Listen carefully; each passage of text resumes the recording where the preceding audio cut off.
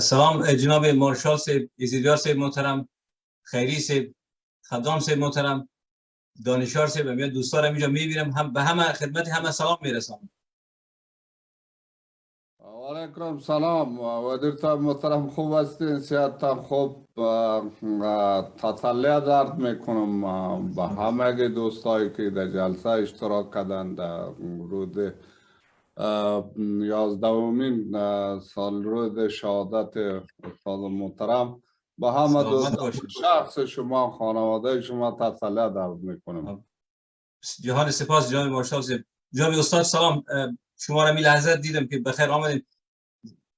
سلام جناب، سلام خدمتتان عرض میکنم. زنده باشید، سلامت باشید. پاریس همه دوستان، ما هم منابع خود این سالگرد شهادت پیر خردمند استاد شهید رهبر بزرگوار خدا و همه شما عزیزا تسلیت عرض میکنم. سلامت باشین جناب استاد، جهان سپاس، تشکر. قانونی صاحب محترم سلام، خوب هستین؟ ان شاء الله صحتتان خوب.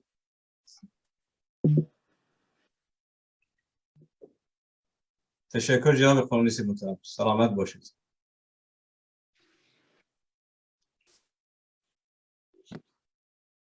سلام جناب وزیر صاحب، ما به نوبه خود سلام عرض میکنم به شما و تسلیت میگویم شهادت جناب استاد است. علیکم السلام، تشکر جناب معنوی صاحب، فکر میکنم صدای معنوی صاحب بشنیدیم. بله ما هستم جناب استاد. معذرت میخوام که تصویرتان نمی لحظه چیال داریم. خوب است؟ صحتتان خوب است؟ تشکر جناب وزیر صاحب، شما به سلامت باشید. قانونی صاحب محترم خدمت شما سلام عرض میکنم. جناب وزیر صاحب محترم، ببخشید که صدای من میوت بود. خدمت شما همه بزرگایی که در مجلس امروز حضور به هم رساندن سلام عرض میکنم. تسلیت مجدد عرض میکنم بابت شهادت رهبر جهاد و مقاومت، شهید صلح، رهبر جمعیت اسلامی افغانستان، استاد بزرگوار، به همه شما و به ملت افغانستان خداوند غریق رحمت بکنه. سلامت باشید جناب قانونی صاحب، جهان سپاس. جناب سیاف صاحب سلام، چه حالین؟ خوب هستین؟ صحتتان خوب است؟ استاد خوش آمدید. جناب وزیر صاحب السلام علیکم و رحمت الله. علیکم السلام. جناب شما و به همه بزرگوارا سلام و احترام تقدیم میکنم و در ضمن عرض تسلیت دارم خدمت شما و همه بزرگوارای موجود. تشکر. استاد خوش آمدید، سلامت باشین. جناب وکیل صاحب.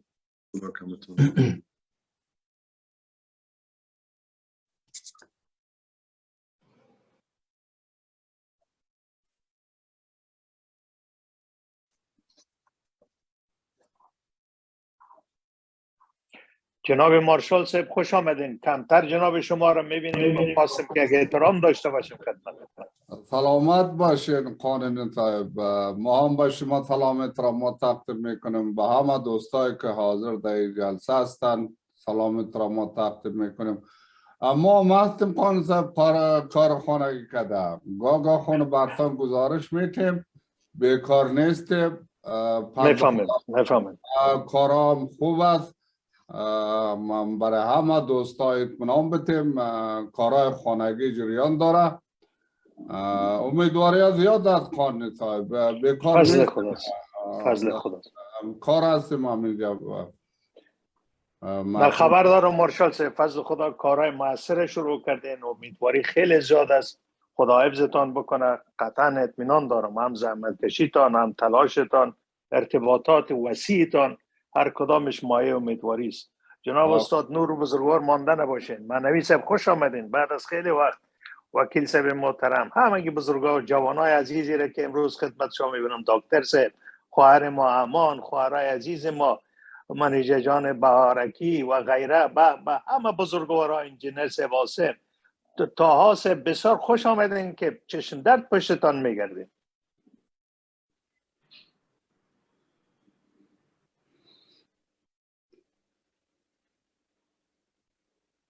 سلامت باشه جناب قانونی صاحب، ما هم به شما و مارشال صاحب، استاد نور، وکیل صاحب سیاف و همه دوستایی که در این مجلس حضور دارن سلام عرض میکنیم. سلامت باشید، سلامت باشید.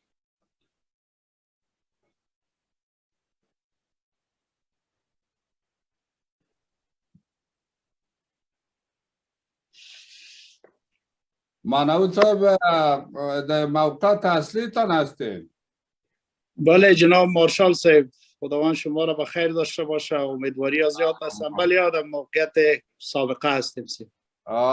دوستا را سلام بگوین. میمان هایی که ما روان کرده بودیم سبا چند شنبه چهارشنبه، روز پنجشنبه یک دفعه موقعیت ما میآید. در اینجا یک با اونا گزارش ها را بگیریم، بخیر پس میآید. کارا بسیار خوب است. آمد باز دیگه یک تعداد میه باز نمیه پس طرف ما. حالا یک دفعه امروز پنجشنبه در موقعیت ما یک دو سه روز میآید. یارمت قماندان نام. سلامت باشه جناب مارشال صاحب، بسیار امیدوار کننده بود. هیئت را که روان کرده بودیم همراهشان ششتیم، صحبت کردیم، بسیار صحبت خودمانی داشتیم، اما حرفا و گفتارهایی که صورت گرفته زیاد امیدوار کننده بود. انشالله بخیر که یار داشته باشیم. ویژه یک تحول و تغییر کلان انشالله خواهد آمد. بسیار باشین جناب قانی صاحب، مایی که مبعثه بود. عرض سلام احترام دارم برایتان، برای شما و زنده باشین. لطف کردین استاد بزرگوار. لطف کردین. جناب مارشال قبلا یاد کرده بودن، جناب مانایی صاحب، همه بزرگایی که اینجا دیده میشن با کلتان احترام تقدیم دارم. زنده باشین. عرض سلام و احترام دارم خدمت همه بزرگا. انشالله که همه خوب و صحتمند باشن. لازم تسلیت میگم 11مین سالگرد شهادت پیر خردمند رهبر افغانستان جناب استاد شهید در خدمت جناب وزیر صاحب و همه بزرگان. بخیر و سلامت باشین. به اجازه همگی بزرگوارا برنامه را آغاز میکنیم. بسم الله الرحمن الرحیم. الحمد لله والصلاة والسلام على رسول الله وعلى آله الطيبين الطاهرين وعلى صحابته ومن تبعهم بإحسان إلى يوم الدين. أما بعد، يقول المولى سبحانه وتعالى في محكم تنزيله بعد أعوذ بالله من الشيطان الرجيم بسم الله الرحمن الرحيم ولا تحسبن الذين قتلوا في سبيل الله أمواتا بل أحياء يرزقون. صدق الله العظيم. خدمت همه سروران و بزرگواران حاضرین در همایش 11مین سالیاد رهبر جهاد و مقاومت مردم افغانستان و شهید صلح پروفسور برهان الدین ربانی رحمه الله. السلام علیکم و رحمت الله و برکاته. قبل از همه اجازه دهید از همه حاضرین در همایش امروزی اظهار سپاس نمایم از بارگاه الله متعال برای همه بزرگواران اجر و پاداش مزید استدعا می نمایم. برنامه کنونی را با آیات چند از کلام الله مجید توسط قاریس محترم ذبیح الله زاهد آغاز می کنیم. از محترم قاریس تقاضا می کنیم تلاوت خود را ارائه بفرمایند. السلام عليكم ورحمة الله وبركاته. أعوذ بالله من الشيطان الرجيم.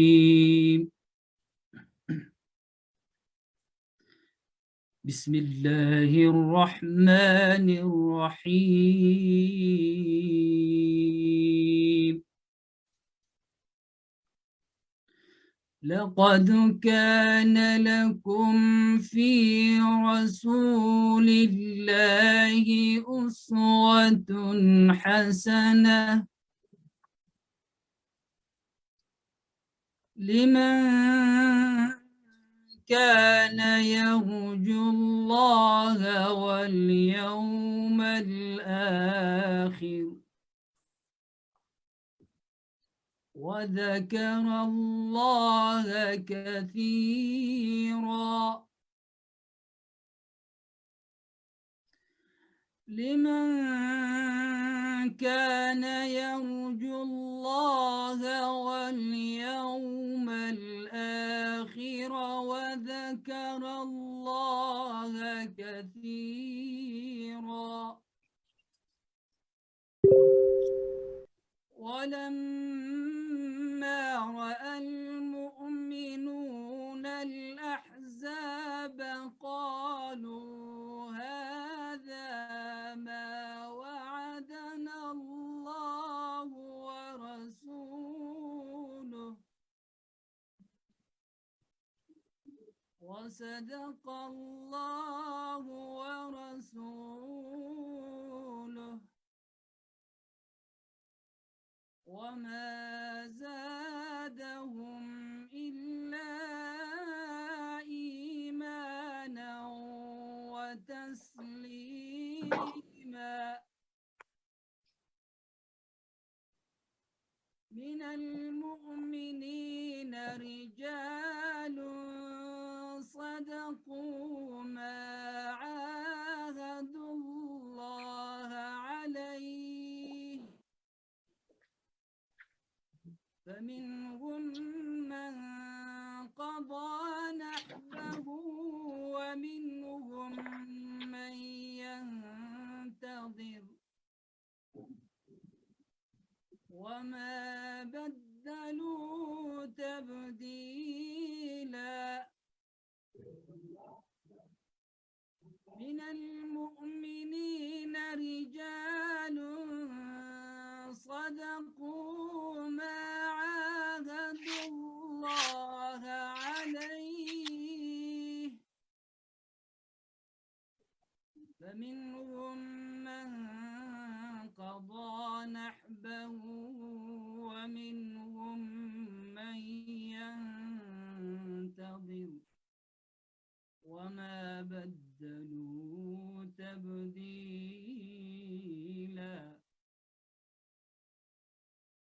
ليجزي الله الصادقين بصدقهم ويعذب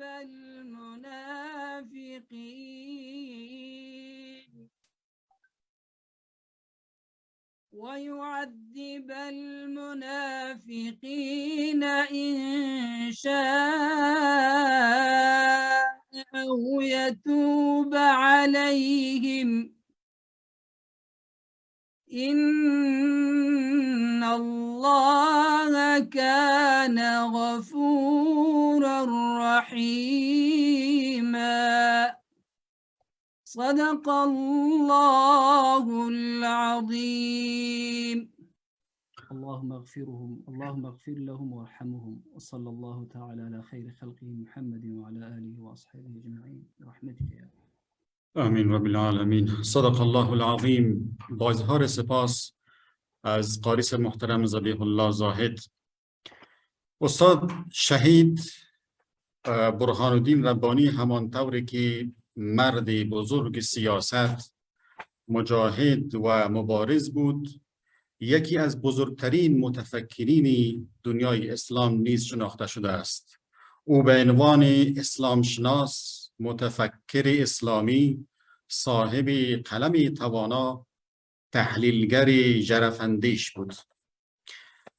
در این بخش از برنامه از جناب محترم همایون خیری احتراماً خواهشمندیم تا پیام جناب مارشال عبدالرشید دوستم را ایراد بفرمایند. با عرض سلام و احترام خدمت رهبران معظم مقاومت و جهاد افغانستان، اعضای رهبری شورای مقاومت ملی برای نجات افغانستان، همه اشتراک کنندگان محفل امروزی، پیام مارشال عبدالرشید دوستم، رهبر و بنیانگذار جنبش ملی اسلامی افغانستان، و مناسبت 11مین سالگرد شهادت استاد پروفسور برهان الدین ربانی، رئیس جمهور پیشین کشور، بنیانگذار و رهبر فقید حزب جمعیت اسلامی و شهید صلح افغانستان. 20 سپتامبر 2022. بسم الله الرحمن الرحیم. 11مین سالگرد شهادت استاد پروفسور برهان الدین ربانی، رئیس جمهور پیشین کشور، بنیانگذار و رهبر فقید حزب جمعیت اسلامی و شهید صلح را تسلیت میگویم و از بارگاه خداوند متعال و استاد عزیز طلب مغفرت نموده مقامش را فردوس برین آرزو می نمایم. شهید استاد پروفسور برهان الدین ربانی از اسوه‌های مقاومت و آزادی برای افغانستان بوده و خدمات و کارنامه‌های فداکارانه و استادانه ایشان در راه اسلام عزیز، مجاهدت‌هایشان به خاطر راندن بیگانگان از کشور، مبارزات حق طلبانه و عدالت خواهانه ایشان برای انسان این سرزمین طی عمر پربار و شرافتمندانه ایشان از ذهن تاریخ و مردم افغانستان زدوده نخواهد شد. شهید استاد برهان الدین ربانی، شهید راه صلح و سعادت کشور، تا لحظه مرگ به استقلال و آزادی افغانستان باورمند بود. با تمام نیرو به خاطر قطع جنگ و خونریزی و تأمین صلح و امنیت و نظام عادلانه و مردم سالار تا پای جان استادگی کرد. آخرین باری که با جناب استاد محقق و برخی شخصیت‌های سیاسی دیگر به دیدنشان رفته بودیم، نگرانی عمیق خود را از بروز دوباره جنگ و خشونت در افغانستان ابراز کردند. ایشان از نیات شوم دشمنان ما مبنی بر تداوم جنگ و خونریزی و برادرکشی در افغانستان آگاهی پیدا کرده بود، اما با اعتقاد تمام به وظیفه‌ای که به عهده‌اش گذاشته شده بود، با صداقت و فداکاری و پشتکاری زیاد و راه صلح و تلاش‌های خویش ادامه می‌داد. اجازه بدهید به این وسیله هفته شهید را به همه مردم داغدار و مصیبت دیده افغانستان تسلیت عرض نمایم. افغانستان کشور شهدای قهرمان است. من هیچگاه خود را جدا از خانواده‌های شهدای افغانستان نمی‌دانم. ما پیروان این شهدای بزرگ و آرمان‌های سترگ آنها هستیم.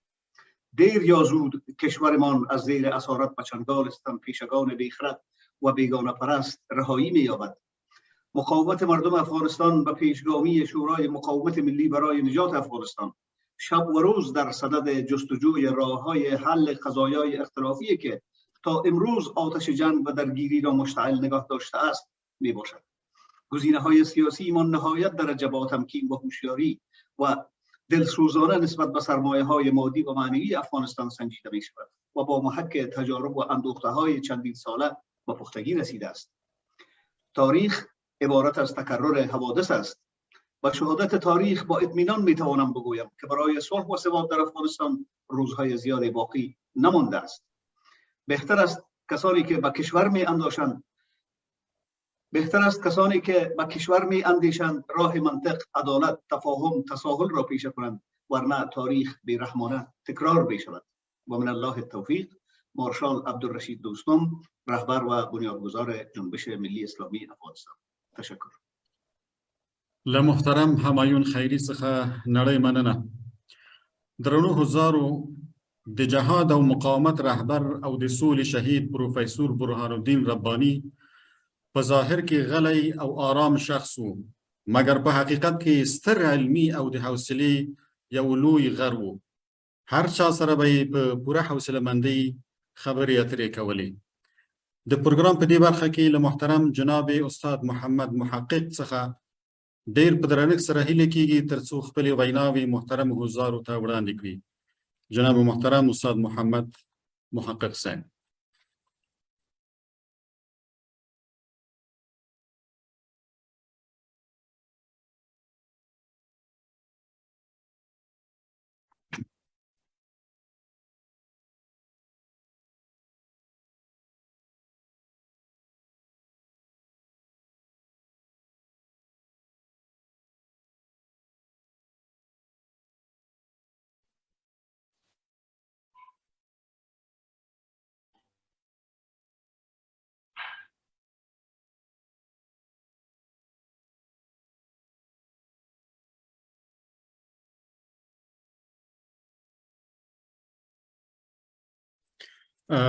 فکر میکنم که جناب استاد محمد محقق مشکلات تکنیکی دارن. در این بخشی از برنامه از جناب استاد عطا محمد نور احترامانه خواهشمندیم ایراد سخن نمایند جناب استاد عطا محمد نور. تشکر جناب عمزه. بسم الله الرحمن الرحيم. الحمد لله رب العالمين والعاقبة للمتقين والصلاة والسلام على رسوله محمد وعلى آله وصحبه أجمعين. بسم الله الرحمن الرحيم. من المؤمنین رجال صدقوا ما عاهدوا الله علیه فمنهم من قضى نحبه ومنهم من ينتظر وما بدلوا تبدیلا. تو گام هندوکش بودی شکستی کوه میداند، تو جان صخره پامیر بودی روح میداند. چنان غواص سرکش برخلاف موج میراندی، تو را ای ناخدا در عمق طوفان نوح میداند. به پای هیچ ظالم سر نماندی تا که سر دادی، اگر بی همت پنهان کند نستوه میداند. تو را با ناجوان مردانگی برداشتن از ره، تو را ابلیس ها خنجر زده اندوه میداند. حضار نهایت محترم برادر عزیزم صلاح الدین ربانی، جناب مارشال صاحب، جناب قانونی صاحب، جناب استاد صاحب محقق، همه بزرگان، شخصیت ها، دانشمندان و شخصیت های ورجاوندی که در این مجلس تشریف دارین، السلام علیکم و رحمت الله و برکاته. اجازه دید یاد و خاطرات رهبر و پیشوای جهاد و مقاومت، رئیس جمهوری پیشین دولت اسلامی افغانستان، بنیانگذار و رهبر جمعیت اسلامی و شهید سال پروفسور استاد برهانالدین ربانی را گرامی بداریم و به روح مطهر آن پیر خردمند درود بفرستیم. 11 سال از کوچ پیشوا، رهبر و پدر معنوی ما گذشت و هر روز غم نبود آن رهبر فرزانه بیشتر از دیروز بر ما مستولیت می شود. شخصیت استاد شهید بی‌نیاز از توضیح است. او نه تنها عالم فقه، سیاستمدار حکیم، رهبر خردمند، پیشوای مؤمن و مجاهد وارسته و نترس بود که در برخورد با زیردستان مهربان، در مراودت سیاسی دارای حکمت و خبرت سیاسی، در تعامل با منافع ملی متکی بر ارزش‌های میهنی ملی و مردمی و در رویکردهای مدرن به عنوان یک حامی نظام مردم سالار برخورد داشت. او با گذاشتن سنت نیکوی تحویلدهی نرم و صلح‌آمیز قدرت سیاسی برای نخستین بار در تاریخ افغانستان بنای مشروعیت مردم سالار را گذاشت و از این رهگذر و شکل‌دهی نظام مدرن در افغانستان نیز این امتیاز بزرگ برای رهبر ما و به نامی او ثبت است. استاد شهید برای استادگی در برابر نظام تمامیت‌های وقت با جمعی از اندیشمندان آزادیخواه بنای هسته نهضت اسلامی را نهاد و سپس جمعیت اسلامی را به عنوان یک چتر سیاسی مبارزاتی شکل داد که بر اساس رأی اکثریت نخبگان جمعیت اسلامی استاد گرامی ما در رأس آن قرار گرفت. شکل دهی چتر سیاسی که به مرور زمان به نشانه اصیل فکری، فرهنگی و هویتی ما مبدل گردید. از کارهای ارزشمندی بود که در نتیجه اندیشه، تلاش، مبارزات و فداکاری و مجاهدت استاد بزرگوار به عنوان یک طرف اصلی قضایای افغانستان تبدیل شد و در موارد سرنوشت ساز به عنوان جریان اصلی و تصمیم گیرنده عمل کرد. این بنگاه فکری و سیاسی به عنوان میراث ماندگار او برای همه ما دارای اهمیت و ارزش ویژه است. محور گرد آمدن و جمع آمد ما پایگاه و جایگاه سیاسی و هویتی ما و سنگر مبارزه و ایستادگی ما همین جا است. در روزگاری که مردم ما در پی سلطه طالبان بر افغانستان بدترین شرایط را تجربه می کنند، در کنار بیکاری و فقر، تعصبات تند قومی و زبانی، ستیز با زبان اقوام و شعله‌آور کردن جنگ قومی، حاکمیت فضای خفقان و نبود آزادی‌های شهروندی، محرومیت دختران و زنان از آموزش و کار، بسترسازی و میزبانی از حضور نیروهای تروریستی منطقه و جهان، تلاشی خانه به خانه مردم بدون هیچ مجوز شرعی و دینی، تجاوز به حریم خصوصی مردم برخلاف تمامی آموزه های دینی بخش از اعمالی است که گروه حاکم به آن مبادرت می‌ورزند.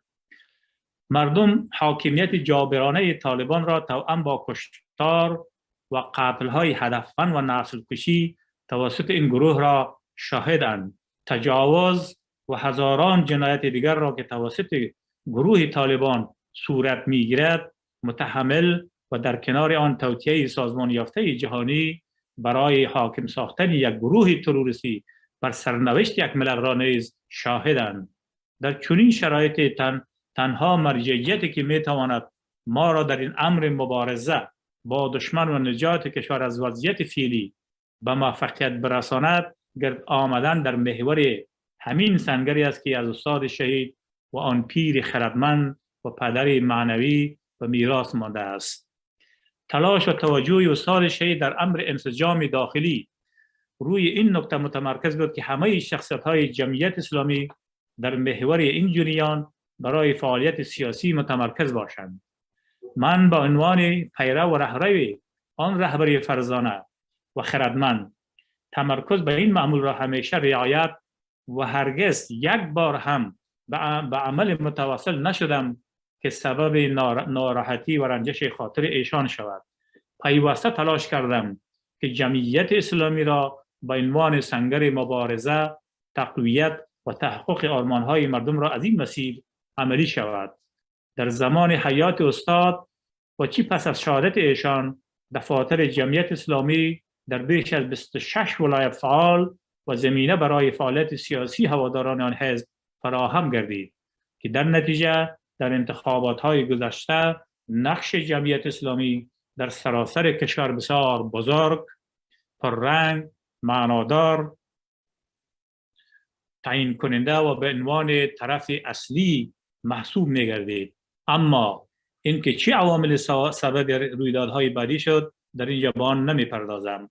یک بار دیگر فرارسیدن 11مین سالروز شهادت رهبر خردمند جمعیت اسلامی، رهبر جهاد و مقاومت، استاد سیاست و کیاست، عالم فرزانه و ربانی را گرامی داشته روح آن شهید و اعلی مقام و سایر شهدای رای آزادی به ویژه قهرمان ملی کشور شهید احمد شاه مسعود، شهید وحدت ملی استاد عبدالعلی مزاری، شهید استاد ذبیح الله و شهید حاجی عبدالقدیر و سایر شهدای جهاد و مقاومت کشور و شهیدان رویدادهای اخیر پنجشیر، بغلان، تخار، بلخاب و سایر نقاط کشور را شاد و نامهایشان را جاویدان می‌خواهم. و من الله توفیق. تشکر از توجه همه شما عزیزان.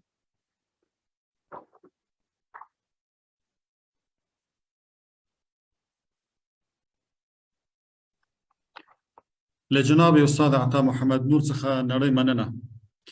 شهید استاد ربانی پر دې پوهېده چې د افغانستان ستونزې د جنگ له لارې نه حل کیږي او جنگ یوازې د هغو کسانو په ګټه ده چې د افغانستان د خلکو بې خیري او تباهي غواړي. د پروګرام په دې برخه کې له محترم مولانا صاحب حبیب الرحمن سیاف څخه ډېر په درنښت سره هیله کیږي ترڅو خپلې ویناوې درنو حضارو ته واوروي. جناب سیاف صاحب.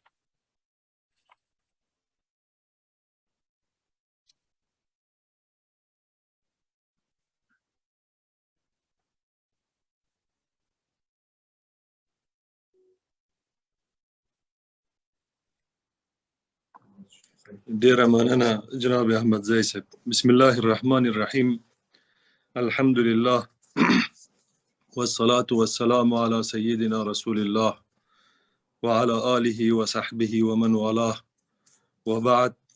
فقد قال الله تبارك وتعالى: أعوذ بالله من الشيطان الرجيم. بسم الله الرحمن الرحيم.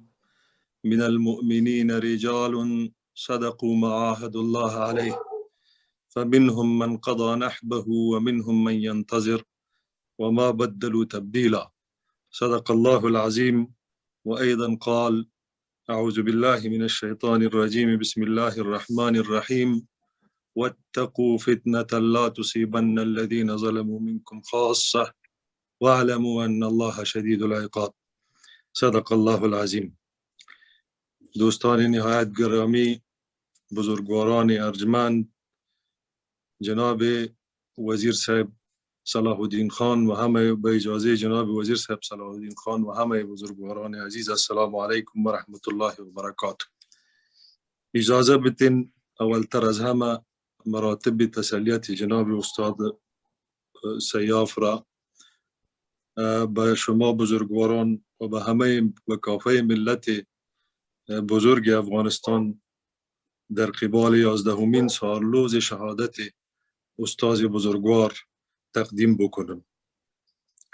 دوستان عزیز، در اینجا بجا میدانم تا به ارواح شهدای بزرگ افغانستان، رهبر نهضت اسلامی افغانستان غلام محمد نیازی، اولین شهید نهضت اسلامی افغانستان انجینیر حبیب رحمان شهید، قهرمان ملی شهید، رهبران بزرگوار جهاد و همه شهدای گمنام افغانستان، به روحشان دعا بکنم خداوند روح اونا را شاد و جنت برین را جای ابدیشان بگرداند.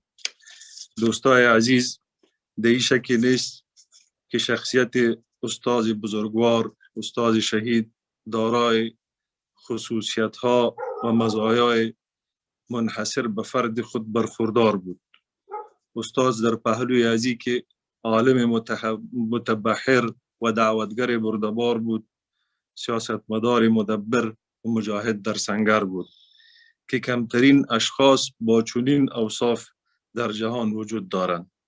باید گفته ها و آثار کتبی استاد من حیث راهنمود فکری برای نسل‌های آینده افغانستان ثبت شود و به اونها ارائه شود.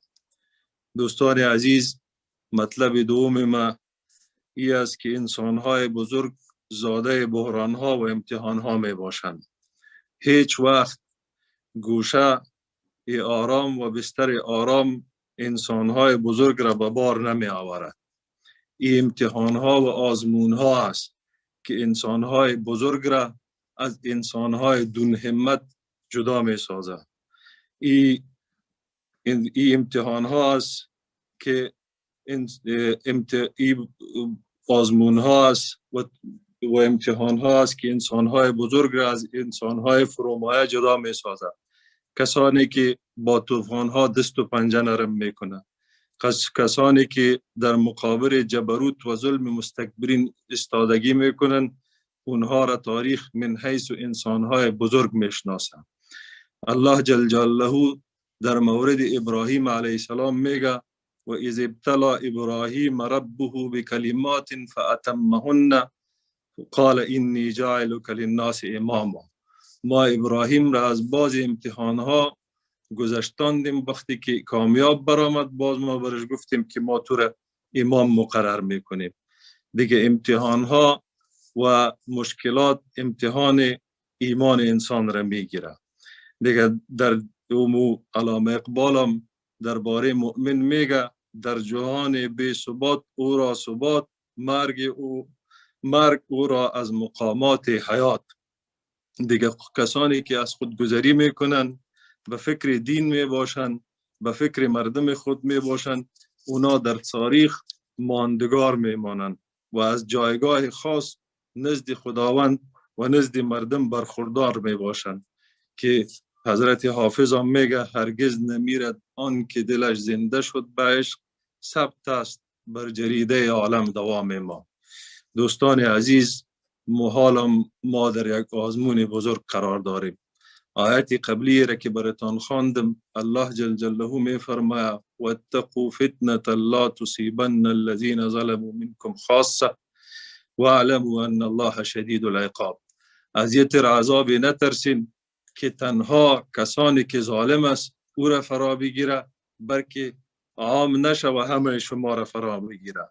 دیگه ظالم وقتی که ظلم میکنه، وقتی که ناروا میکنه، اگر جامعه در مقابل از او سکوت میکنه، افراد جامعه در مقابل از او سکوت میکنه، اونا هم در عذاب خدا گرفتار میشن. دیگه در کشور عزیز ما افغانستان نه تنها در حالت فعلی که برای شهروندای ما ظلم روان است، بلکه اسلام عزیز هم مظلوم قرار گرفته. به نام اسلام عزیز چی جنایتی که در حق ملت مظلوم ما نمیشه، در وقت حاضر جنایت های گوناگون میشه. دیگه حال وقت است که ما باز هم مسئولیت دینی خود را ادا بکنیم و در مقابل از این جنایت ها ایستادگی بکنیم. و اگر میخوایم که در تاریخ ماندگار بانیم، اگر میخوایم که دین ملی و دینی خود را ادا بکنیم و اگر میخوایم که مانند اسلاف خود الگوها برای نسل‌های آینده در افغانستان شویم، اینمی وقتش است، اینمی فرصت است تا در مقابل ظلم ظالم استادگی کنیم و مردم خود را و اسلام عزیز را از این حالت مظلومیت نجات بدیم و جهانیان نشان بدهیم که این مادر وطن حالا هم استعداد عزیز را داره که فرزندان مثل ابو مسلم خراسانی، محمود غزنوی، احمد شاه ابدالی، میر مسجدی خان، سید جمال الدین افغانی، احمد شاه مسعود و هزارها فرزندانی که الگوها برای نسل‌های آزادی بخش جهان شدن دی وطن پروریده میشه و حال هم وجود داره. و بادر که از این اصل که اصول ثابت و شیوه های مبارزه مختلف است، باید شیوه های نو را در مبارزه با دشمن درک بکنیم و او را بیابیم تا به اهداف والای خود که او آزادی وطن و آزادی مردم از این اسارت است سریعتر و خوبتر برسیم. مثل که علامه اقبال رحمت الله علیه میگه فروغ آدم خاکیز تازه‌کاری هاست، مه و ستاره کنن آنچه پیش از این کردن. به امید افغانستان آباد، مستقل و آرام زیر پرچم مبارک اسلام عزیز. و السلام علیکم و رحمت الله و برکاته.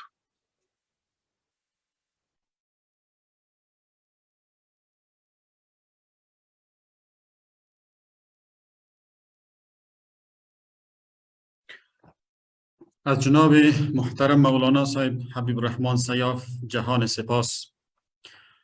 یکی از خصلت‌های رهبر شهید این بود که دروازه‌اش بر روی همه دائم باز بوده. حتی برای کسانی که از جمعیت فاصله می‌گرفتند هرگز رابطه‌شان با آنها قطع نمی‌گردید، بلکه در دوستی و آشنایی را بر روی آنان باز می‌گذاشت. در این قسمت برنامه از جناب محترم حاجی صاحب احمد مسعود احترامانه خواهشمندیم تا سخنان خویش را ایراد بفرمایند. جناب حاجی صاحب احمد مسعود. اعوذ بالله من الشیطان الرجیم. بسم الله الرحمن الرحیم.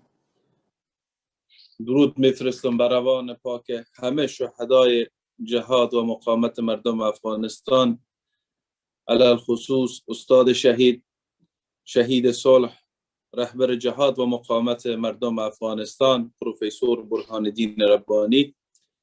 و صحبت خود با شعری که جدیداً ویدیوی از جناب استاد شهید ما نشر شده و به زیبایی اونا دکلمه میکنن شروع میکنن. تو شاهینی قفس بشکن به پرواز و مستی کن، که بر آزادگان داغ اسارت سخت ننگین است. حضار گرامی، فرارسیدن سالگشت شهادت استاد شهید قهرمان صلح ما را خدمت یکان یکان شما دوستان گرامی و همه مردم مسلمان و مجاهد پرور افغانستان تسلیت عرض میکنم. استاد شهید بدون شک یکی از شخصیت ها و رهبرها و افرادی بود که در برهه‌های مختلف تاریخ افغانستان تصامیم تاریخی را گرفت که کشور را از بسا مشکلات و بسا جنجال ها رهانید. بدون شک از ابتدای عنفوان جوانی مبارزه استاد شهید به خاطر یک افغانستانی که یک نظام اسلامی واقعی داشته باشه، یک نظام عادلانه داشته باشه شروع شد و بدون شک دوران جهاد نقطه عطف تلاش‌های استاد شهید و همرزمانشان است که ما شاهد افتخارات مردم افغانستان چون شکست قشون سرخ و پیروزی و آزادی کشور بوده. در عین حال تمام تلاش‌های استاد شهید در دوران دولت مجاهدین و بعد در کنار قهرمان ملی کشور شهید احمد شاه مسعود و دیگر شخصیت‌ها و شهدا و ظرفیت‌های کلان کشور ما در دوران مقاومت به خاطر استادگی و دفاع از کشور کل تاریخچه درخشان و دفترچه درخشان زندگی استاد شهید ماست. و همچنین بعد از آمدن 2 دهه گذشته نقش محوری در ایجاد یک نظام جدید و نظام سازی با دل کلان و سینه فراخ پذیرفتن شرایطی را که افغانستان در یک محور یک پروژه و یک پروسه مشروع و قابل قبول دارای یک نظام جدید شود، بنیان و بنیاد یک نظام جدید را اونا گذاشته که در تاریخ افغانستان همچین اتفاق سابقه نداشته و شاید که تکرارم نشه. و بعد از اون نقش محوری استاد شهید به خاطر ختم تمام منازعات و آوردن صلح و تا پای جان رفتن به خاطر آزادی و به خاطر آوردن صلح و بالاخره جان خود در ایران قربانی کردن. بدون شک زندگی استاد شهید از ابتدا تا انتها یک دفتر درس است و یک کتاب درس است به تک تک ما و به همه مردم مسلمان افغانستان و یک الگوی بی‌نظیر است که در قدم به قدم زندگی با اشکال مختلف و انواع مختلف و تصامیم عاقلانه و خردمندانه ایشان یک دیدگاه و یک چراغ راه است برای همه ما، علل خصوص نسل جوان. لذا ضمن ای که برهه های زندگی استاد شهید میتونه برای ما و شما به عنوان یک درس باشه، تمام زندگی استاد یک الگو باشه، اما علل خصوص تلاش اونا در دوران مقاومت اول و تلاش اونا به خاطر آوردن یک صلح و تلاش اونا برای ایجاد یک نظام مبتنی بر اراده مردم بدون شک در این شرایط سخت یک الگو و یک چشم داشت و یک چشم دید و یک دیدگاه کلان و فراخ میتونه باشه که افغانستان او را دنبال بکنه و تمام طیف‌ها و طرف‌ها با درک این مسئله در کنار هم بتونن که بار دیگه شاهد یک افغانستان آزاد، آباد و مستقل باشه. قدم اول بدون شک استادگی، مقاومت و مبارزه به خاطر اهداف والایی است که استاد شهید به خاطرش تا آخرین لحظه استاد شد. در عین حال دست دوستی، برادری، اخوت و صلح را دراز کردن تا آخرین لحظه و تا آخرین قدم. در عین حال ایجاد یک فضای و ایجاد یک شرایطی و یک دیدگاهی که افغانستان را و کشور را بار دیگه بنیان یک دولت مشروع و قابل قبول برای همه مردم افغانستان که هم با خود بتانیم زندگی کنیم و هم دنیای بیرون، این میتونه یک الگوی برای شرایط سخت امروز باشه و یک فرصتی که از او بیاموزیم و یک درسی که از او بیاموزیم برای انتخاب درست مسیر امروز ما و در شرایط سختی که امروز قرار داریم. در عین حال استاد شهید و بزرگوار ما محور اتحاد و انسجام اقوام مختلف، احزاب مختلف و تمام تشکلات دیگه بود و یک محور برای اتحاد و انسجام تمام ظرفیت‌های افغانستان برای پیشبرد کشور در مسیری که عاقبت او بدون شک یک نظامی بود که مربوط مردم افغانستان بود و یک شرایطی که در او آزادی و آبادی حضور داشت و وجود داشت. لذا امروز هم با درس گرفتن از او، اگرچه استاد شهید در میان ما نیست، اما بدون شک اونا شهید هستند و پیش پروردگار خود روزی میخورن و حیات هستند و ناظر بر افعال و کارهای ماست. با درک اون این مسئله، با توکل به پروردگار و تعقیب راه شهدای چون استاد شهید در قدم نخست اتحاد و اتفاق همه ما، استادگی و مقاومت همه ما و همچنین داشتن برنامه دقیق برای آینده کشور، من شک ندارم که فردا روز پیش پروردگار، فردا روز پیش شهدا و فردا روز پیش استاد شهید سربلند خواد بودیم. من از برگزار کنندگان مجلس امروز تشکری میکنم، خدمت همه مردم ما، علل خصوص خانواده معظم استاد بزرگوار ما در رأس جناب رئیس صلاح الدین خان ربانی تسلیت و تبریک عرض میکنم و دعا میکنم که به برکت این خونهای پاک و خونی چون استاد شهید ما بار دیگه همه ما شاهد یک افغانستان آزاد، آباد و مستقل باشیم. و السلام علیکم و رحمت الله و برکاته.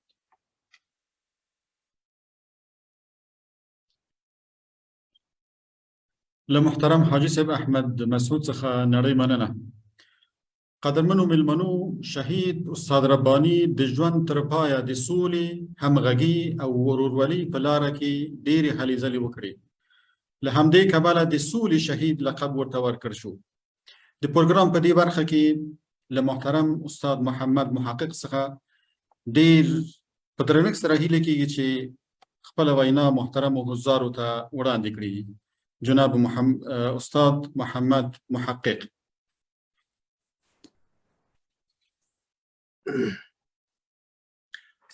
أعوذ بالله من الشيطان الرجيم. بسم الله الرحمن الرحيم. الحمد لله والصلاة والسلام على رسول الله وعلى آله وصحبه ومن والاه. بعد قال الله تعالى في كتابه الكريم: يرفع الله الذين آمنوا منكم والذين أوتوا العلم درجات. حضار گرامی، برادران و خواهرانی که در این محفل از طریق زوم کال گرد هم آمدید برای بزرگداشت از سالیاد رهبر جهاد و مقاومت افغانستان و شهید صلح جناب استاد برهان الدین ربانی. السلام علیکم و رحمت الله و برکاته. ابتدا معذرت میخوایم که من کمکی از پروگرامی که برای من بود دیرتر رسیدم، یک مشکل تکنیکی پیش آمد دیگه. و حالا در خدمت شما عزیزان هستم و تشکر میکنم از کسانی که مراسم برگزار کردن برای یادگاری شهید صلح و همچنین و این برنامه وقت گذاشتن که ما هم چند کلمه خدمت دوستا عرایض داشته باشیم. مناسبت تجلیل از شهید است و مناسبت تجلیل از یک شخصیت تاریخی افغانستان. تجلیل از شهدا در حقیقت یک نوع تعهد به آرمان شهدا هست. غیر از که احترام گذاشتن به یاد و خاطره آن شهید هست، در حقیقت تجلیل و یادآوری از آرمان‌ها و اهداف آن شهید است که درباره اهداف شهید مورد بحث یا که مراسمش برگزار میشه باید صحبت شود و درباره شخصیتش و درباره کارکردهایشان یادآوری شود تا یک الگویی باشه برای همه کسانی که میخواهند او را گام بردارند. و امروز ما تجلیل از استاد شهید راه صلح جناب استاد ربانی گرد هم آمدیم. درباره شخصیت ایشان تقریبا از بیان واضح است که نیاز به توضیح و نیاز به تشریح نداره که ایشان یک شخصیت بسیار بزرگ و استثنایی در تاریخ افغانستان بوده است. از میان رئیس جمهورایی که یا پادشاهایی که در افغانستان گذشته است، هیچ کسی از نگاه علم و دانش و قد و قامت جناب استاد شهید استاد ربانی حضور ندارند. در گذشته اگر پادشاهانی بودند صرف قدرت را در دست داشتند، کدام بنیه علمی و فکری نداشتند و مو خاطر بودند که تاریخ ما مشهونی از نابسامانی ها در طول تاریخ گذشته است.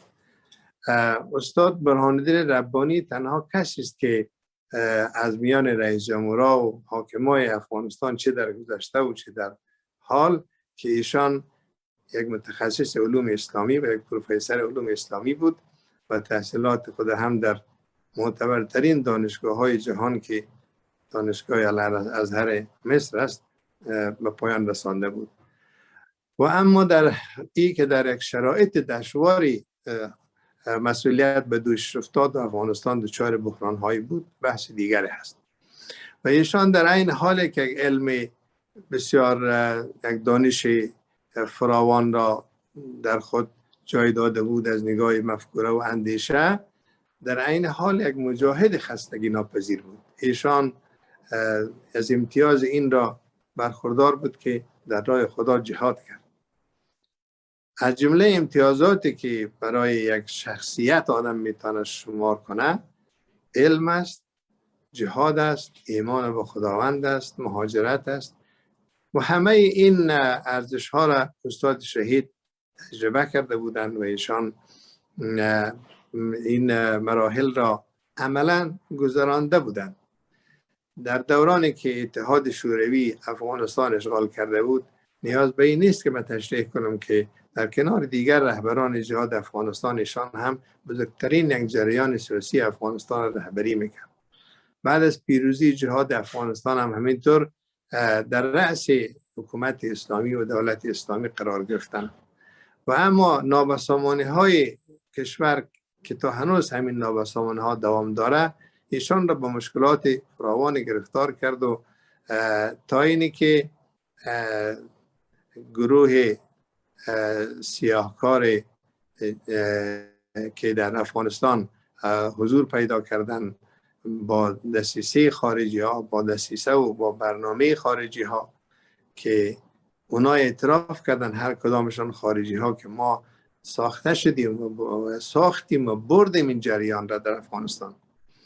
و شما اظهارات به شخصیت های بزرگ بعضی کشورها را شاید شنیده باشیم که اونا گفتن که یکشان گفت که طالب که ما نساخته بودیم، طالب با سلاح امریکا و با پول بعضی کشورهای نفت خیز و با برنامه فلان کشور که حالا نام از اینا را اگر بگیریم هم هر کدامشان خب شاید برشان زیاد خوشایند نباشه، ولی خودشان میدانند که با یک ترکیبی از کشورها با منافع مختلفشان اینا را به وجود آوردن. و بعضی کشورهای دیگه هم بودن که افتخار کردن که ما اینا را به وجود آوردیم. دیگه بنان ای با یک برنامه خارجی آمد و کابل سقوط دادن و باز هم استاد شهید شهامت داشت که تا آخرین لحظات از موجودیت دولت اسلامی و از کشور ما افغانستان دفاع کردن. وقتی که از کابل برآمدن موقتا در مزار شریف مستقر شد. اونجا در کنارشان بودیم، با همکار بودیم. بعد از اینکه در جریان مذاکرات پنجشیر هیئتی از بامیان رفتن حزب وحدت اسلامی، هیئتشان که در ازشان جناب آقای سید محمد سجادی، آقای وکیل مقصودی، آقای یزدانی و امثالهم بودن. بعد از اینکه توافق شد دیگه در همکار بودیم در دورانی که شان در مزار شریف مستقر بودن و بعدها هم که باز هم توطئه های بیگانه ها بسیاری از جاهای کشور گرفت، باز هم در شمال شرق کشور در همون جا ایستادگی کردن در کنار قهرمان ملی شهید احمد شاه مسعود که دولت اسلامی را امو حداقل چوکاتش امو هویتش نگاه کرد. یعنی آخرم از نظر سازمان ملل متحد با این که دولتشان در 2 ولایت محدود شده بود، باز هم از نگاه رسمیت یک نظام بر سازمان ملل به رسمیت شناخته می شد و همگی تایید می کردن و نگاه کردم امو وظیفه‌ای که به دوششان داشتن نسپردن به کسانی که با اشغال بیگانه و با دسایس تروریسم بین‌المللی آمده بودند، تا اینه که شرایط مساعد شد که دوباره افغانستان به دست مجاهدین افتاد. ولی که در این مرحله هم باز استاد از خودگذری کرد. یعنی راه اما انتقال مسالمت آمیز قدرت را باز کرد که در یک توافقی که تمام جهت‌های افغانی در او توافق کردند، تمام جامعه جهانی و شمول کشورهای همسایه ما سر از او توافق کردند که یک اداره موقت به وجود بیاد، ایشان این قدرت را، این امانت را تحویل کرد. از اینها که بگذاریم، در مراحل بعدی وقتی که ایشان رئیس شورای عالی صلح شد، بسیار ها مخالف از این مسئله بودن که شما رئیس جمهور بودین، شما بسیار مقامات بلند کار کردین، این برای شما کسر شأن است که شما بروین و رئیس شورای صلح شوید. اما ایشان این بلند نظری و این دوراندیشی و این گذشت داشت که گفتن ما برای صلح اگر کار کنم برای من مهم نیست که چه جایگاهی هست، من امیدوار از این هست که یک روز در افغانستان صلح بیاید. اما کسایی که با ما دولت می جنگه، با ما نظام می جنگه، اونا هم باید کنار هم قرار بگیریم تا اینکه وطن آرام شود و آباد شود. و این بود که ایشان این مسئولیت پذیرفت، با اینه که بسیاری او را در خور شأنشان نمی دانستند. و در این راستا تلاش صادقانه و خالصانه بسیار را انجام داد. و از همه ای که ایشان در راه خود قربانی کرد. در زمانی که این حادثه پیش آمد، یک جلسه در کشور همسایه ما جمهوری اسلامی ایران برگزار بود که در او جلسه ظاهراً که جلسه تقریب بین المذاهب اسلامی بود که علما و دانشمندان از شیعه و سنی اونجا جمع می شد به خاطر همو ایجاد یک وحدت که همو علمای هر دو مذهب بزرگ برادری که در افغانستان هستند و کذا در منطقه هستند از کشورهای مختلف جمع می شدن سالیانه. ظاهرا که اسمی این جلسه و کنفرانس هم به نام تقریب بین المذاهب بود، یا این که شبیه از نام داشت. در اونجا جمع شدیم و مراسم جلسه و کنفرانس هم ختم شد.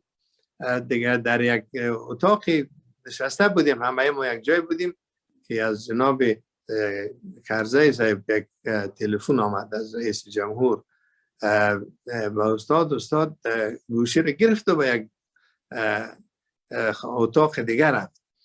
یک چند دقیقه گم شدن تا اینی که برگشت و بسیار خوشحال و بشاش، در این حالی که سفرشون به طرف دبی تنظیم بود. ظاهرا که کدام کاری داشتن که دبی باید بره که اونجا نمیدونن که قامتشون اونجا بودن یا فامیل اونجا بودن، باید دبی میرفتن. اما آمد بسیار خوشحال، گفت که انشاءالله که کار حل شد. یک قاصد و یک پیام رسانی از طرف ملا محمد عمر رئیس گروه طالبان آمده که بیاین دیگه، ما قضیه صلح تمام است و ما حاضر هستیم که صلح کنیم و شما بیاین صلح انشاءالله به انجام برسد. بسیار خوشحال شد و پروگرام دبی کنسل کرد، به طرف افغانستان پرواز کرد. اینمی بود که در افغانستان آمد و بسیار با عجله و با شتاب همون ملعونی که خود انفجار داد و استاد شهید کرد او را طلب میکنه که بیاین که ببینیم که چه پیام آورده از ملا عمر. اونمو بود که او را همون موظفینی که در کابل بودن که البته بسیاری ها میگن که سالنگاری کردن که یک تلاشی دقیق نکردن، یا این که حتی بعضی ها میگفتن که کدام پروگرام و برنامه بوده که او را ما گفتن نمیتونیم. اما خب استاد همه قدر کرد که او را بسیار به عجله خواست که ببینن که شاید حامل یک پیام روشنی از طرف طالبان باشه برای صلح. دیگه اونو میایه و خود منفجر میکنه و استاد شهید کرد و دیگه یک ضایعه بسیار کلان به افغانستان وارد کرد که امروز ما خلای از او را در عرصه سیاسی افغانستان احساس میکنیم و میبینیم و همه متاثر هستیم. دیگه ایشان بسیار با عزت مبارزات خود شروع کرد، با عزت جهاد ختم کرد، مقاومت ختم کرد و باز در دوره‌های در دو دهه دموکراسی هم نقش خود بازی کرد و از میان ما ره بربست و برای ما الگو و سرمشقی در مبارزات جهاد و مقاومت و سیاست افغانستان است. خداوند او را رحمت کند. خداوند همه ما و شما را از روحشان را از ما خوشنود و راضی بگردانه و خداوند جایشان را در جنت قرار بده. دیگه بیشتر از این زحمت شما را نمیتیم. و السلام علیکم و رحمت الله و برکاته. علیکم السلام. روحی آن مرد خرد شاد باد. شهید استاد ربانی حزب جمعیت را بستری ساخت که صدها و هزارها جوان روستایی و بینام و نشان را به شخصیت‌های شخیص تبدیل نمود و امروز حضور آنان در عرصه‌های مختلف محسوس است. در این قسمتی از برنامه از جناب سفیر صاحب مسعود خلیلی احترامانه تقاضا می‌کنیم ایراد سخن بفرمایید. جناب سفیر صاحب.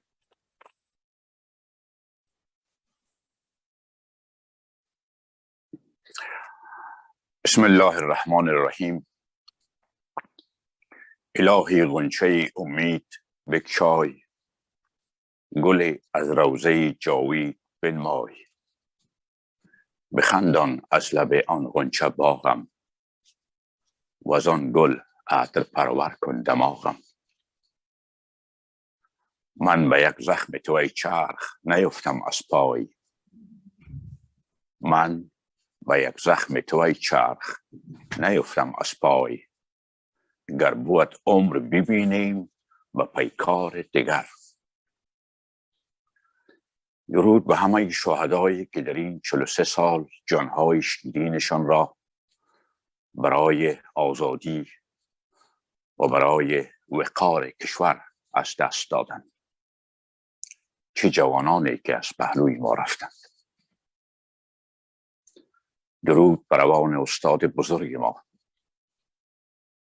آنکه از جوانی تا آن لحظه‌ای که به شهادت رسیدند به یک چیز می اندیشیدند: خدایا وطن را از بدبختی و ظلم نجات بده.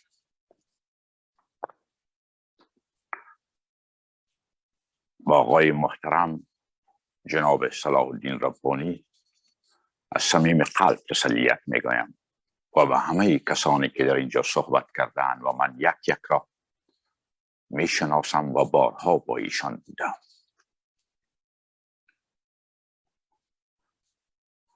افغانستان فراز و فرودی را گذشتاند، تند و کند را دید، اشک و تبسم را لمس کرد. در همه این ایام ملت افغانستان ایستاد و نخواست سرزمینش را بیگانه تصرف کند. این ملت بود که با ما ایستاد و این ملت هست که با ما می ایستد. بارها با استاد شهید می گفتیم که اگر ملت داریم همه چیز داریم و اگر ملت نداریم هیچ نداریم. در باب استاد بزرگ همه صحبت کردن. من همه نکاتی که گفتن از صمیم قلب آن را قبول می کنم و ایشان واقعا همه را یک یک بیان کردن. اما اگر امروز استاد می بود چه می کرد؟ اگر امروز دوست شهید من احمد شاه قهرمان می بود چه می کرد؟ از این بحران اول به خود می گفتند عمیق‌تر نمی تواند شد. 4 تا جاهل نیمه مرتد نامرد در کابل نشسته فغان مردم بلند کردن. در باب شهادت استاد جناب محقق آنچه گفتن من بر آن هم معتقد هستم. اگر می بودن استاد و قهرمان شهید و قهرمانان دیگری ما که یک یک به اصطلاح جوانان امروز زنجیری رفتن و هر کدام خانواده هایشان را به خون تر کردن و ما پیرانی که امروز نشسته ایم اگر به گذشته میبینیم غیر فغان درد مصیبت نمیشنویم.